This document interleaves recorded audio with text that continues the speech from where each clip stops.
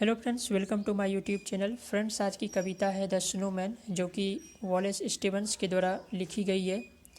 इस कविता को 1921 में पब्लिश किया गया था और यह कविता जो है विंटर सीजन के बारे में है। पोइट बताते हैं हमें प्रकृति के सौंदर्य का आनंद लेने के लिए अपने मानवीय भावनाओं को अलग रखना चाहिए और प्रकृति के चीज़ों को उसी तरह देखना चाहिए जैसा कि वो है। उसमें हमें अपना अर्थ नहीं लगाना चाहिए। प्रकृति के सम्मोहक नज़ारा का आनंद लेने के लिए किसी भी इंसान को अपने अंदर के कष्ट, पीड़ा और संसार की व्यस्तता को अलग रखना चाहिए। हालांकि कविता में एक्चुअल में कोई स्नोमैन नहीं है, बल्कि हमारा जो नज़रिया है विंटर सीजन को देखने का, वो यथार्थ हो, ना कि हम लोगों को विंटर को जीवन के बुरे अनुभवों के साथ जोड़ना चाहिए। मैं बता दूं कि स्नोमैन यहाँ पे कोई इस कविता में नहीं है, बल्कि स्नोमैन यहाँ पे मेटाफर है प्रकृति को जो ऑब्जर्व कर रहा है, जो देखने वाला है। यहाँ पे पोइट कहते हैं कि वन मस्ट हैव, यहाँ पे वो कहते हैं कि one must have a mind of winter, कि हमें विंटर की तरह होना चाहिए। यहाँ पे जो लिखा गया है अ माइंड ऑफ विंटर, यहाँ पे उनका कहने का अर्थ है कि किसी भी इंसान को जो है विंटर देखने का समझ होना चाहिए, कि विंटर जो है उसे विंटर को देखने के समय अपने कष्ट को, अपने असुखद अनुभव को नहीं जोड़ना चाहिए, बल्कि भावना रहित होकर प्रकृति के नज़ारा को देखना चाहिए, बिना किसी मानवीय भाव के साथ देखना चाहिए, और ताकि वो रिगार्ड कर सके, उसे समझ सके फ्रॉस्ट को, बॉग्स को of the pine trees crusted with snow, कि पाइन ट्रीज जो है, पाइन ट्रीज के शाखाओं पर जिस तरह से बर्फ़ों का परत जमा हुआ है, बर्फ़ों से ढका हुआ है, उसको अप्रिसिएट कर सके और मानो कि ठंड का वो हिस्सा बन सके। और ये तभी संभव है जब उसका जो माइंड है, माइंड ऑफ विंटर, यानी कि विंटर का समझ होना चाहिए।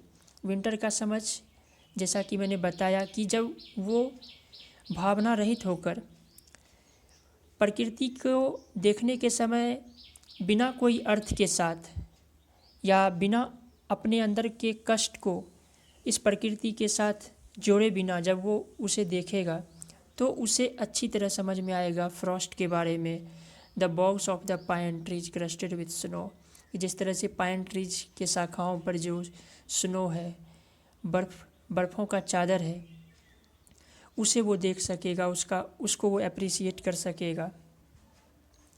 तो किसी भी व्यक्ति को अपने भावनाओं को या पीड़ा को अलग रखना चाहिए, ताकि वो बाहरी दुनिया को उसी रूप में देख सके जैसा कि वो वास्तव में है। और आगे यहाँ पे लिखा गया है and have been cold a long time. यहाँ पे वो कहते हैं किसी भी व्यक्ति को कोल्ड माइंड के साथ उसे लंबे समय तक इस अवस्था में रहना होगा। जैसा कि मैंने बताया था कि माइंड ऑफ विंटर, यानी कि विंटर अपने अंदर जो है भावना रहित होकर जब हम प्रकृति की ओर देखते हैं, तो हम उस प्रकृति को वास्तविक रूप में देख सकते हैं, उस शून्यतापन को देख सकते हैं। लेकिन ये क्षणिक नहीं होना चाहिए कि क्षणिक रूप से हम प्रकृति की ओर देखें और फिर से हम अपने ख्यालों में जो है उलझ गए, अपने कष्टों के बारे में सोचने लगे, तो हम उसे ठीक ढंग से नहीं देख पाएंगे। तो हमारे अंदर जो शून्यतापन है, जो हमें लंबे समय तक भाव रहित होना चाहिए, अपने कष्टों से परे होना चाहिए, तभी हम ठीक से बिहोल्ड कर सकेंगे the juniper shagged with ice the spruces rough in the distant glitter. यहाँ पे जूनिपर्स और स्प्रोसेस ये दोनों ही सदाबहार वन है, और इस पर जो बर्फ़ जो जमी हुई रहेगी, जो ढकी हुई रहेगी, और जब उस पर जनवरी का जो सनलाइट पड़ेगा, सूरज की किरणें जब उस पर पड़ेगा, तो वो चमकता हुआ दिखाई देगा, तभी हम उसे देख सकेंगे, उसे अप्रिसिएट कर सकेंगे। और उस समय जो है not to think of any misery in the sound of wind, उस समय जो है हम किसी कष्ट के बारे में ना सोचें, अपने कष्टों के बारे में ना सोचें, ना ही जो विंटर का जो विंड है, शरद ऋतु का जो हवा है, तो उसको जो है कष्टों के साथ नहीं जोड़ना चाहिए। और जब हवा जो है पत्तियों से होके गुजरती है तो एक आवाज़ उत्पन्न होता है, तो उस आवाज़ को भी जो है हम दुखद रूप से ना देखें, तभी जो है हम वास्तविक अनुभव हम कर सकेंगे उस देखने का। Which is the sound of the land full of the same wind that is blowing the same bare place. यहाँ पे वो कहते हैं कि हमें जो है कोल्ड विंड के साथ अपना कष्ट, पीड़ा या दुखद यादें को नहीं जोड़ना चाहिए। हवा तो हवा ही होता है, चाहे वो पत्तियों से होके गुजरे, चाहे वो कोल्ड विंड हो या कोई खाली स्थान से होके वो बहे, हवा तो हवा ही होता है।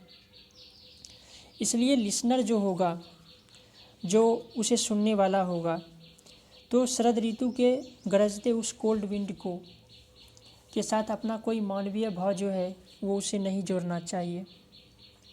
For the listener who listens in the snow and nothing himself beholds nothing that is not there and the nothing that is.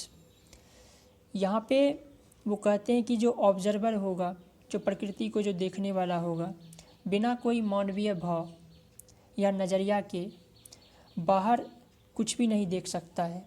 जब आप बिना किसी नज़रिया के साथ रहते हो, यानी कि जब भी हम बाहरी दुनिया को देखते हैं तो हम अपने नज़रिया के साथ देखते हैं। जैसा हम लोगों का विचार होता है, ख्यालात होता है, उसी तरह हमें बाहरी दुनिया हमें दिखता है।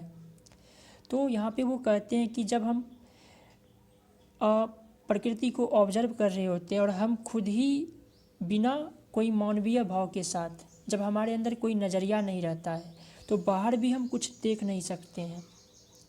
हमें एक शून्यतापन दिखाई देगा और हम लोगों में से प्रत्येक इस दुनिया को अपने नज़रिए के साथ ही देखते हैं और किसी को भी मानसिकता के साथ या सामाजिक प्रभाव के से मुक्त होकर उस प्रकृति के शून्यतापन को देखना चाहिए जो हमारे चारों ओर है। सो आई होप कि यह कविता आप लोगों को समझ में आई होगी। So thanks for watching.